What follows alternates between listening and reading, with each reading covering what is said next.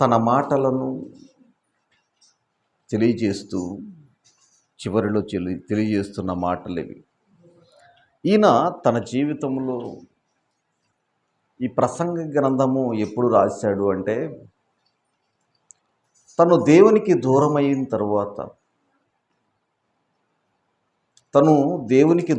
తర్వాత అంత వ్యర్థమని తెలుసుకున్న తర్వాత ఈ యొక్క ప్రసంగి గ్రంథము రాయటం జరిగింది. ఈ ప్రసంగి గ్రంథము రాసిన ఈ ప్రసంగి ఎవరు అంటే సొలొమోను. ఎవరు? సొలొమోను రాశాడు. తను దేవుని దగ్గర జ్ఞానాన్ని పొందుకున్న తరువాత సామెతలు రాశాడు. ఆ తరువాత కొన్ని కీర్తనలు రాశాడు.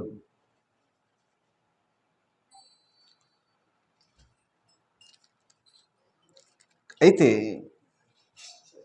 తను అనేక మంది భార్యలను చేసుకున్న తరువాత భార్యలు తన మనస్సును దేవుని వైపు నుండి లోకము వైపు తిప్పివేశారు.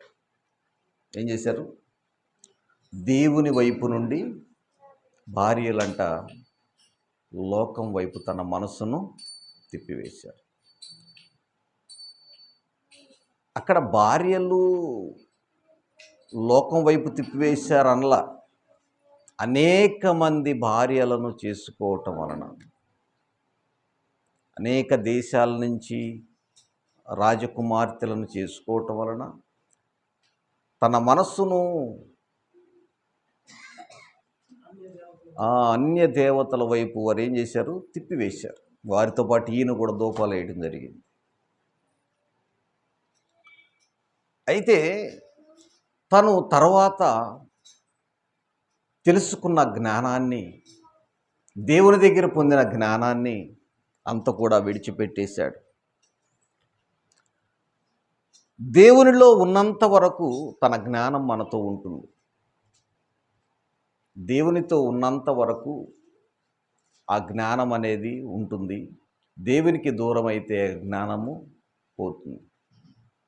అయితే సొలొమోను తాని జ్ఞాని, సొలొమోను తను జ్ఞానిగా ఉన్నప్పుడు తన జ్ఞానాన్ని దేవుడిచ్చిన జ్ఞానాన్ని లోకం వైపు తిప్పివేసుకొని తన జ్ఞానాన్ని పాడు చేసుకున్నాడు. అందుకే ఈ ప్రసంగి గ్రంథము 1 నుండి 12 అధ్యాయాల్లో మీకు ఎక్కడ చూసినా కానీ ఏం కనబడుతుందంటే వ్యర్థము వ్యర్థము వ్యర్థం. సూర్యుని కింద జరిగేదంతా కూడా వ్యర్థము అని. సూర్యుని కింద ఏముంది? సూర్యుని కింద ఏముంది?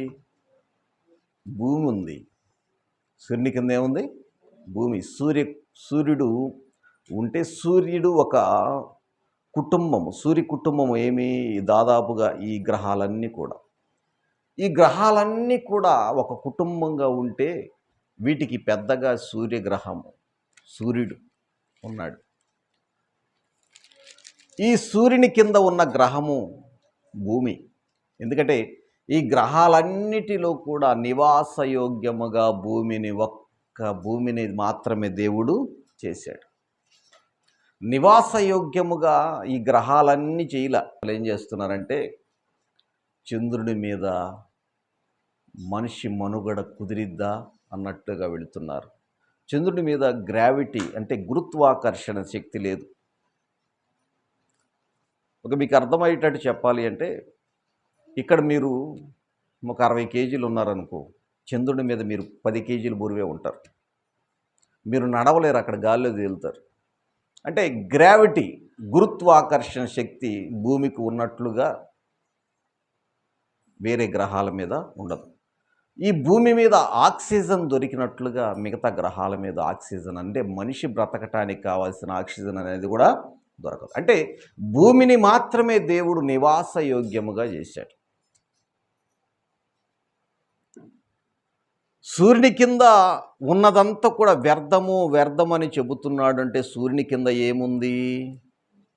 భూగ్రహం ఉంది. ఈ భూగ్రహం మీద ఎవరున్నారు అంటే మనుషులు ఉన్నారు.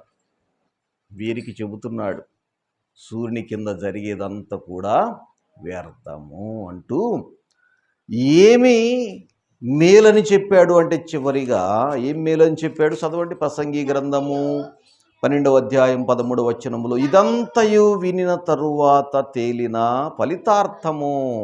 ఏదంతా తెలుసు, తన జీవితం అంతా కూడా తెలుసుకున్న తర్వాత తేలిన ఫలితం ఏంటయ్యా అంటే ఒకటే చెబుతున్నాడు, దేవుని యందు భయభక్తులు కలిగి ఉండి ఆయన కట్టడలను అనుసరించి నడుచుకునుచుండవలెను. ఎలా ఉండాలంట? ఎలా ఉండాలి? దేవుని యందు భయభక్తులు కలిగి ఉండాలి. ఆయన తెలుసుకున్న విషయం ఏంటి అంటే, ఒక వ్యక్తి చెడిపోయిన తర్వాత చెప్పే విషయం ఏంటంటే, నేను చెడిపోయాను కాబట్టి మీరు చెడిపోవద్దు. నేను అనుభవించి చెప్తున్నాను అనుభవాన్ని, మీరు అలా చెడిపోవద్దని చెప్తాడు. అంటే ఇతనికి తన జీవితంలో సంపద, అసలు ఆ దినాల్లో సొలొమోను దినాలలో వెండి లెక్కలో లేదంట. వెండి బంగారమే, అంత కూడా బంగారమే. ఈ యుద్ధం చేయలే ఆయన. ఏ యుద్ధాలు చేయకుండానే ఎక్కడెక్కడ వారంతా కూడా తీసుకొచ్చి ఆయనకి బహుమతులుగా బంగారాన్ని తీసుకొచ్చేవారు. ఆ సమయంలో వెండి లెక్కలోకి లేదు, వెండి అనేది లెక్కలోకి లేదు సొలొమోను సమయంలో. అయితే అంత సిరి సంపదలు అనుభవించిన సొలొమోను చెబుతున్న విషయం ఏంటంటే,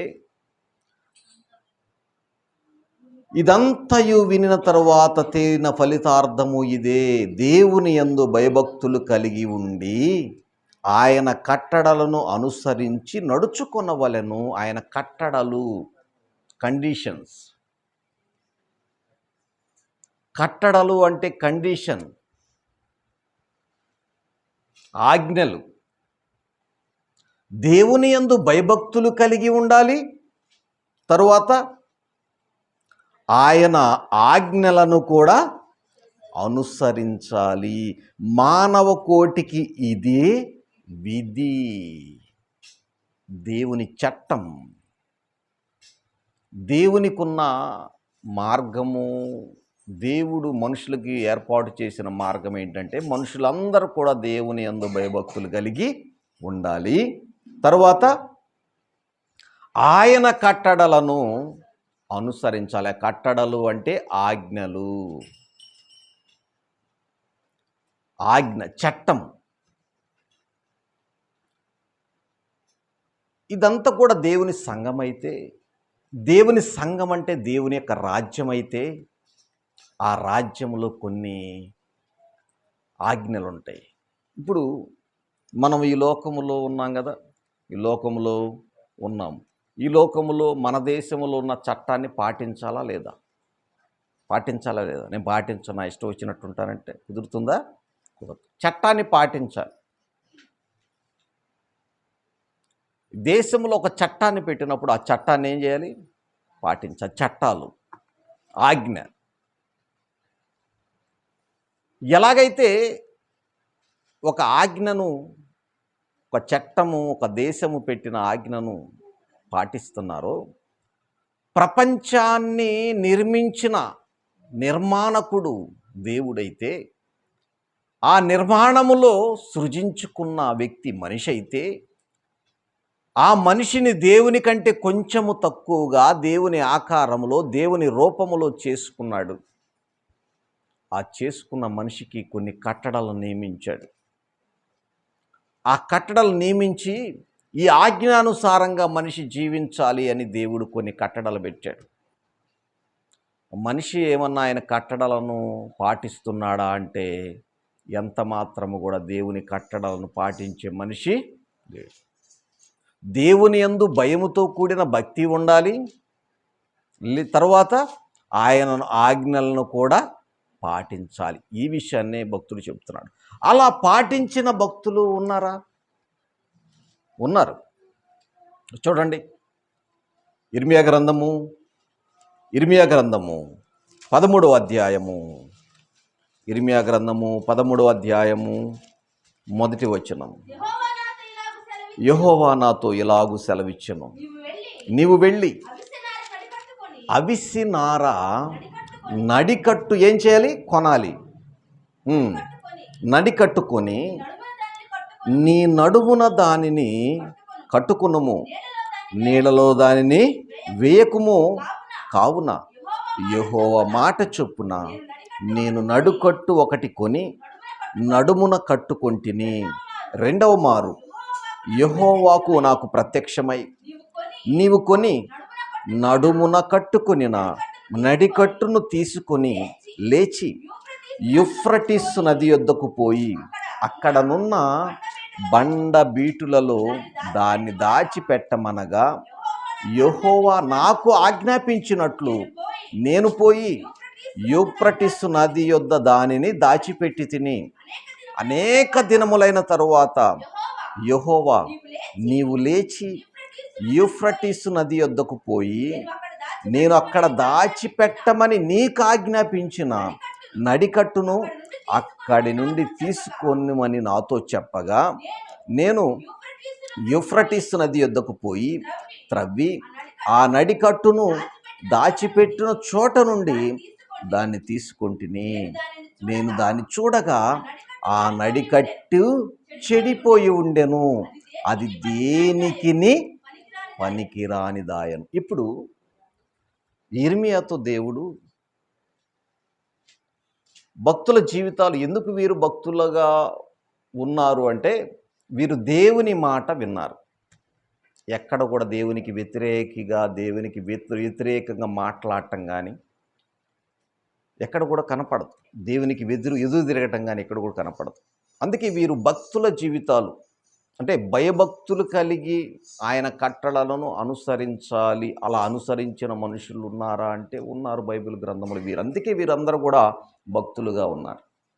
ఇప్పుడు ఇర్మియాతో దేవుడు మాట్లాడుతూ, నువ్వు మార్కెట్కి వెళ్ళు, లేదా నువ్వు సంతలోనికి వెళ్ళి ఏం చేయాలంటే అవిసెనారతో చేసిన నడికట్టును కొనుక్కోవాలి.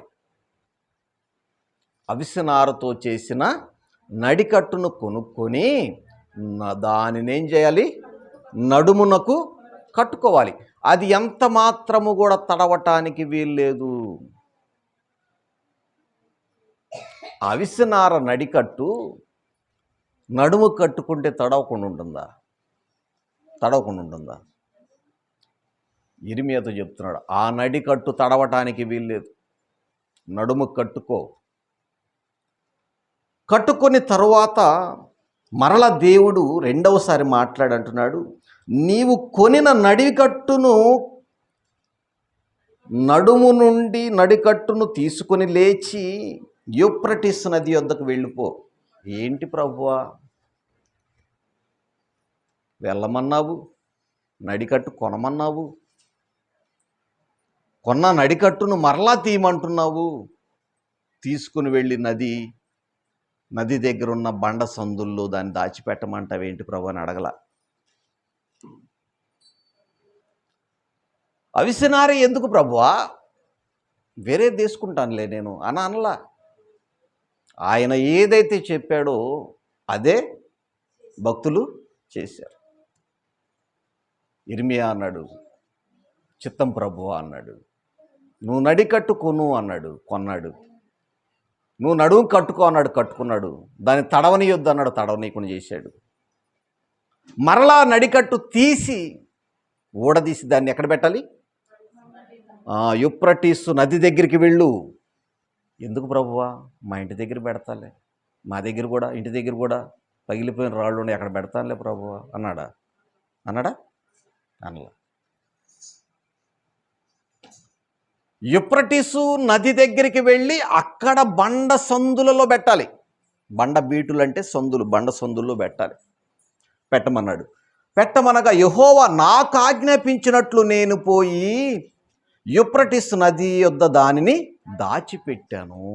దేవుడు ఏ పని అయితే చెప్పాడో ఆ పనిని చేశాడు. నేను పోయి యూప్రటిస్ నది వద్ద దాన్ని దాచిపెట్టి తిని అనేక దినములైన తర్వాత, చాలా రోజులు గడిచిపోయిన తర్వాత దేవుడు మరలా యిర్మీయాతో మాట్లాడుతున్నాడు. నీవు లేచి ఎక్కడికి వెళ్ళాలి? యూప్రటిస్ నది దగ్గరికి వెళ్ళి నేను అక్కడ దాచిపెట్టమని నీకు ఆజ్ఞాపించిన నడికట్టు అక్కడి నుండి తీసుకొనమని నాతో చెప్పాడు. ఏంటి ప్రభువా, నడికట్టు కొనమన్నావు,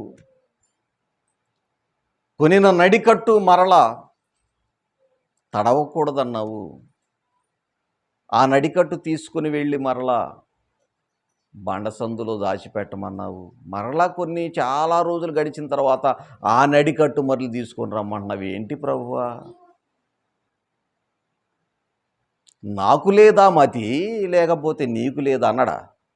మనమైతే అంటామా? అంటాం.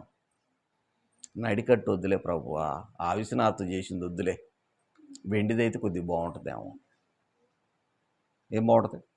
వెండిది కానీ బంగారం అయితే కొద్దిగా బాగుంటుంది, మరీ అవిసినార్ది వద్దు ప్రభువా. దేవుడు ఏది చెబితే అది భక్తులు చేశారు. దేవునికి ఎక్కడ కూడా వెదురు తిరగటం లేదు. అక్కడ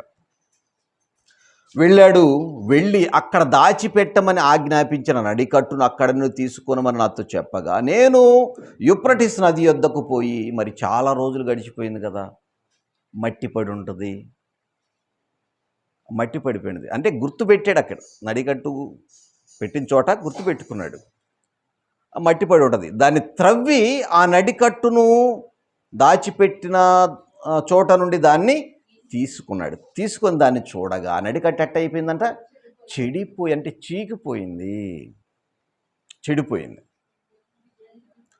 అది దేనికి కూడా పనికి రాకుండా ఉంది. ఇప్పుడు దేవుడు మాట్లాడుతున్నాడు యిర్మీయాతో. కాగా యెహోవాకు నాకు ప్రత్యక్షమై ఇలాగూ సెలవిచ్చను.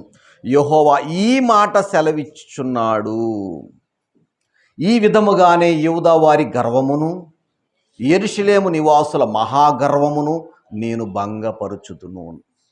ఏంటి ప్రభు ఈ మాట చెప్పటానికి ఏం చేశావు? ఈ మాట చెప్పటానికి అవిసెనార తీసుకురమ్మన్నావు, తీసుకొచ్చిన అవిసెనార తీసుకెళ్ళి మరలా నా దగ్గరికి పొమ్మన్నావు, అక్కడ దాచిపెట్టమన్నావు, మళ్ళా తవ్వి తీసుకురమ్మన్నావు, దాన్ని చూస్తేనేమో చీకిపోయి దేనికి పనికి రాకుండా ఉంటే ఇప్పుడు మాట్లాడుతున్నావు. అదేదో ఫస్ట్ చెప్పొచ్చుగా అయ్యా అన్నాడా? అందులో దేవుడు ఏది ప్రతిదీ కూడా ప్రాక్టికల్గా చేసి చూపిస్తాడు. జరగబోయేదాన్ని ప్రాక్టికల్గా నీకు అర్థమయ్యేటట్లుగా చెప్తాడు దేవుడు. అర్థం కాకుండా చెప్పడానికి ఆయన మనుషుడు కాదు. చాలా చక్కగా పండు ఒలిచి చేతికి ఇచ్చినట్లుగా చెప్తాడు దేవుడు ఏది చెప్పినా కానీ. ఇక్కడ యిర్మీయాకి పూర్తిగా అర్థమయ్యేటట్టు ఎందుకు చెబుతున్నాడంటే, యిర్మీయా వెళ్ళి ప్రకటించాలి. యిర్మీయా వెళ్ళి వారికి ప్రకటించాలి. వారికి ఏముందంట? యూదా వారికి గర్వము, మహాగర్వము. దేవునికి నచ్చనిది ఇదే, గర్వము. గర్విష్టి ఎవడు అంటే అపవాది. దేవుని పిల్లలైన వారికి ఏముండకూడదు? గర్వం ఉండకూడదు. ఇప్పుడు యూదా వారికి ఏముంది? గర్వముంది, మహాగర్వము. యెరూషలేము వారికేమో మహాగర్వం ఉంది. యూదా వారికి రాజధాని ఏదంటే యెరూషలేము. అప్పటికి 2 రాజ్యాలుగా విడిపోవటం జరిగింది కదా. అప్పుడు యూదా వారికి ఒక రాజ్యము, ఇజ్రాయేలుకి ఒక రాజ్యం వేరైపోయింది. యూదా వారికి ఏముంది? గర్వము. తర్వాత యెరూషలేము నివాసులకు మహాగర్వము. నేను భంగపరచుదును, అన్య దేవతలను పూజించుచు వాటికి నమస్కారము చేయుదుమని వాటిని స్మరించుచు నా మాట విననొల్లక తమ హృదయములు కాఠిన్యము చొప్పున నడుచుకొనుచు ఈ ప్రజలు దేనికి పనికిరాని ఈ నడికట్టు వలె అగుదురు అన్నాడు. గర్విష్ఠులైపోయారు. ఎలా వచ్చిందయ్యా ఈ గర్వం అంటే, దేవుని విడిచిపెట్టేశారు. ఎందుకయ్యా వీరిని దేవుడు ఏం చేశాడు? వీరిని ప్రత్యేకించుకున్నాడు కదా, నా స్వకీయ సంపాదన వీళ్ళు. ఇజ్రాయేలీలు, యూదావారు దేవుని యొక్క సొంత సంపాదన, నా చేతుల కష్టార్జితం అని చెబుతాను చూసారా.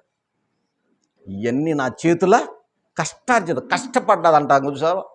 అలాగే ఆయన చెప్తాడు, వీరిని నా కష్టార్జితం వీరు. అలా కష్టార్జితమైన వారు ఏం చేస్తున్నారంట? అన్య దేవతలను పూజించుచు వాటికి నమస్కారము చేయుదుమని వాటిని అనుసరించుచు నా మాటలు విననొల్లక తమ హృదయము కాఠిన్యము చొప్పున నడుచుకొనుచు ఈ ప్రజలు దేనికి పనికిరాని ఈ నడికట్టు వలె అవుతారు. ఈ నడికట్టు ఎలాగైతే దేనికి పనికి రాకుండా పోయిందో, ఇదిగో వీరిని కూడా అలాగే చేస్తాను, అలాగే చేస్తాను. నాకు కీర్తి, స్తోత్రము, మహిమ కలుగుటకై వారు నాకు జనముగా ఉండునట్లు నేను ఇజ్రాయేలీల వంశస్థులందరినీ, యూద వంశస్థులందరినీ నడికట్టు నరునికి నడుమునకు అంటియున్న రీతిగా నన్ను అంటియుండ చేసి తిని, కానీ వారు నా మాట వినకపోయి ఉన్నారని యెహోవా సెలవిచ్చుచున్నాడు. ఎందుకయ్యా నడికట్టు గురించి చెప్పాడు? ఇదిగో వాళ్ళు ఎలా ఉండాలో చెప్పడం కోసం ఈ నడికట్టు కొనిపించాడు ఆయన దగ్గర. యూదవారు కానీ ఇజ్రాయిలీలు కానీ ఎలా దేవునికి ఉండాలంట? నడికట్టు అంటగా, ఎలాగైతే శరీరానికి నడుకట్టు అంటగట్టబడి ఉంటుందో, దేని కొరకంట వారిని ఏర్పాటు చేసుకున్నాడు? దేవునికి కీర్తి, స్తోత్రము, మహిమ కలుగుటకై. ఇప్పుడు మనకెందుకు ఈ మాట చెబుతున్నాడంటే, యుగాంతమందున్న మనకు బుద్ధి కలగటానికి. నిన్నెందుకు ప్రత్యేకపరుచుకున్నాడు? చీకటిలో ఉన్న నిన్ను నన్ను ఆశ్చర్యకరమైన వెలుగులోకి ఎందుకు పిలుచుకున్నాడు? ఎందుకు ఆదిలోనే మనల్ని ఏర్పాటు చేసుకున్నాడు క్రీస్తులో మనలను అంటే? ఆయనకు స్వకీయ సంపాద్యము, మన వల్ల ఆయనకేం కలగాలి? కీర్తి, మహిమ, స్తోత్రము, కీర్తి, స్తోత్రము, మహిమ కలుగుటకై వారు నాకు జనముగా ఉండునట్లు నేను ఇజ్రాయేలీలు వంశస్థులందరినీ, యూదా వంశస్థులందరినీ నడికట్టు నరుని నడుముకు అంటియున్నట్లుగా. మీకు అర్థమట? నరునికి ఎలాగైతే నడికట్టు అంటియున్నట్లుగా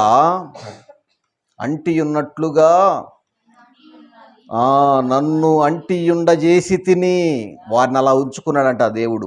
వారు నా మాట వినకపోయి ఉన్నారని యెహోవా సెలవిచ్చుచున్నాడు. కాబట్టి నీవు వారితో చెప్పవలసిన మాట ఏదనగా, ఇశ్రాయేలు దేవుడైన యెహోవా ఇలాగు సెలవిచ్చుచున్నాడు, ప్రతి సిద్ధియు ద్రాక్షరసముతో నింపబడును, ప్రతి సిద్ధియు ద్రాక్షరసముతో నింపబడునని మాకు తెలియదా అని వారు నీతో అనిన ఎడలా నీవు వారితో ఈ మాట చెప్పుము.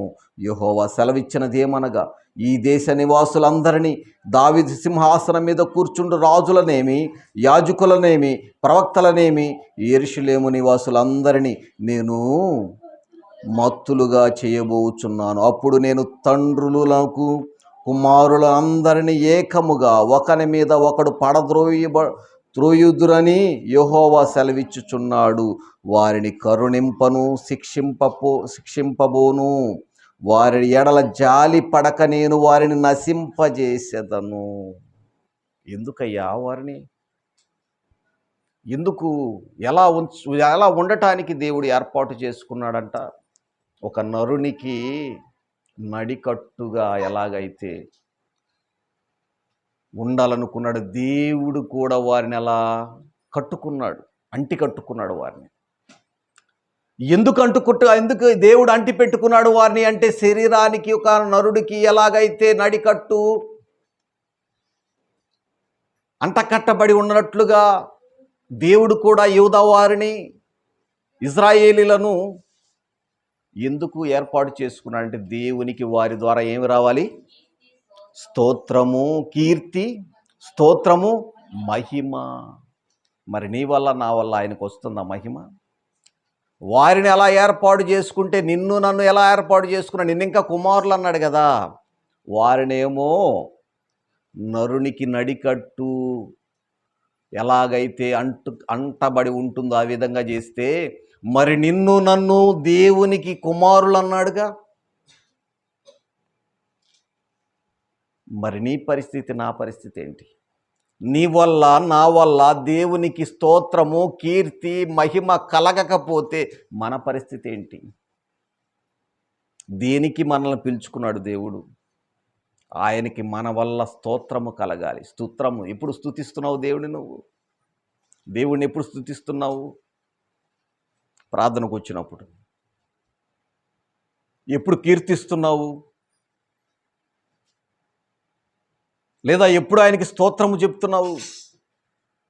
అంటే థ్యాంక్స్ చెప్పటం ఎప్పుడు చెప్తున్నావు? నువ్వు చెప్తున్నావు ఒకసారన్నా? ఇది నా చేతుల కష్టం, ఇది నా చేతుల కష్టం, కష్టపడి కొనుక్కున్నా. ఎక్కడి నుంచి వచ్చింది కష్టం? నీలో ఉన్న శక్తి తీసేస్తే నీకు నీరసం వచ్చేస్తుంది కదా. పని చేయగలిగే శక్తి నీకు ఉంటుందా? ఉంటుందా? ఎక్కడి నుంచి వచ్చింది ఆ శక్తి? నా సొంతం, నేను కష్టపడ్డానంటావు కదా. దేవుడు నీకు శక్తి ఇస్తే నువ్వు కష్టపడ్డావు. కష్టపడితే ఫలితం వచ్చింది. ఫలితం వచ్చినందుకు నీ దేవునికి థ్యాంక్స్ చెప్పావా? స్తోత్రం చెప్పావా? ఆయనకి కీర్తించావా? ఆయన్ని. ఇజ్రాయేలీలు పని చేయలేదంట.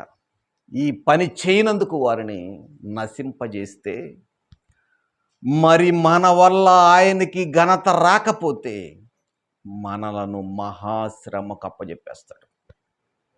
అక్కడ ఏడ్పులు, పండ్లు కొరుకుటయు మాత్రమే ఉంటుంది. ఏముంటుంది అక్కడ? ఏడ్పులు, పండ్లు ఎప్పుడు కొరుకుతావు? కోపంతో ఏం చేయలేక. పళ్ళు ఎప్పుడు కొరుకుతావు? కోపం వచ్చేసింది, పళ్ళు కొరుకుతావు. ఎందుకు? అవతల వ్యక్తి నువ్వేం చేయలేనప్పుడు చేసే పని ఏంటి? పండ్లు కొరకటం. ఎప్పుడన్నా గొడవ వచ్చినప్పుడు వాళ్ళు ఏం చేయలేక మీరు ఇప్పుడు పండు కొరికారా? ఎప్పుడన్నా ఎదుటి వ్యక్తితో, వారితో వాదించలేనప్పుడు పళ్ళు కొరికారా లేదా? నేను కొరికిన సందర్భాలు ఉన్నాయి. నేను ఒప్పుకుంటున్నా. మీరు కొరికారా ఇప్పుడన్న పళ్ళు అని అడుగుతున్నాను.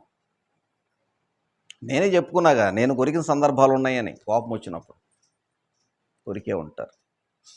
ఎందుకు కొరుకుతారంటే ఏమి చేయలేని పరిస్థితుల్లో పండ్లు కొరకటం జరుగుతుంది. కోపాన్ని కంట్రోల్ చేసుకోలేక. అక్కడ ఏముంటుంది అంటే ఏడుపులు, పండ్లు. ఎందుకు ఏడుపులు, పండ్లు కొరుకుట్లు ఉంటాయి అక్కడ? ఎందుకుంటాయి? నిన్ను ప్రత్యేకించుకున్నాడు కదా. నిన్ను ప్రత్యేకించుకున్నాడు కదా. తన కుమారుని రక్తము ద్వారా నిన్ను ప్రత్యేకించుకున్నాడు కదా.